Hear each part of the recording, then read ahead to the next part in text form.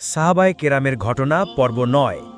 বিষয় হযরত হুযায়ফা ইবনে ইয়ামান রাদিয়াল্লাহু আনহু সম্পর্কে। হযরত হুযায়ফা ইবনে ইয়ামান রাদিয়াল্লাহু আনহু ছিলেন গোপন আমানতের ধারক। বিশেষত্ব: রাসূলুল্লাহ সাল্লাল্লাহু আলাইহি ওয়াসাল্লাম তাকে মুনাফিকদের নাম জানিয়ে দিয়েছিলেন, তাই তাকে বলা হতো সাহিবু সিররিন নাবী। নবীজির গোপন রহস্য জানতেন তিনি। উহুদের যুদ্ধের সময় তার বাবা ইয়ামান শহীদ হন ভুলক্রমে। তিনি এই কষ্ট চেপে রেখে আল্লাহর রাসূলের পাশে ছিলেন। তিনি প্রতিশোধ নেননি, বরং উম্মার ঐক্যকে গুরুত্ব দিয়েছেন।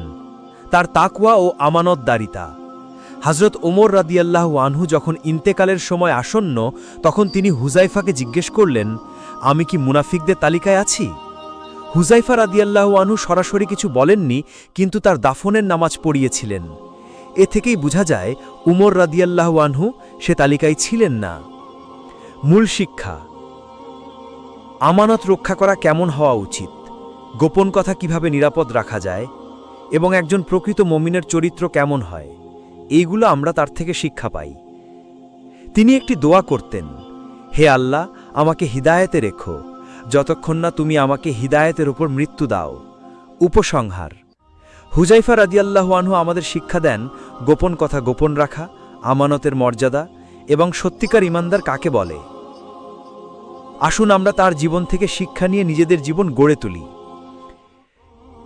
ভিডিওটি ভালো লাগলে শেয়ার করুন, লাইক দিন এবং চ্যানেলটি সাবস্ক্রাইব করতে ভুলবেন না। পরের পর্ব পেতে আমাদের সাথেই থাকুন। আল্লাহ হাফেজ।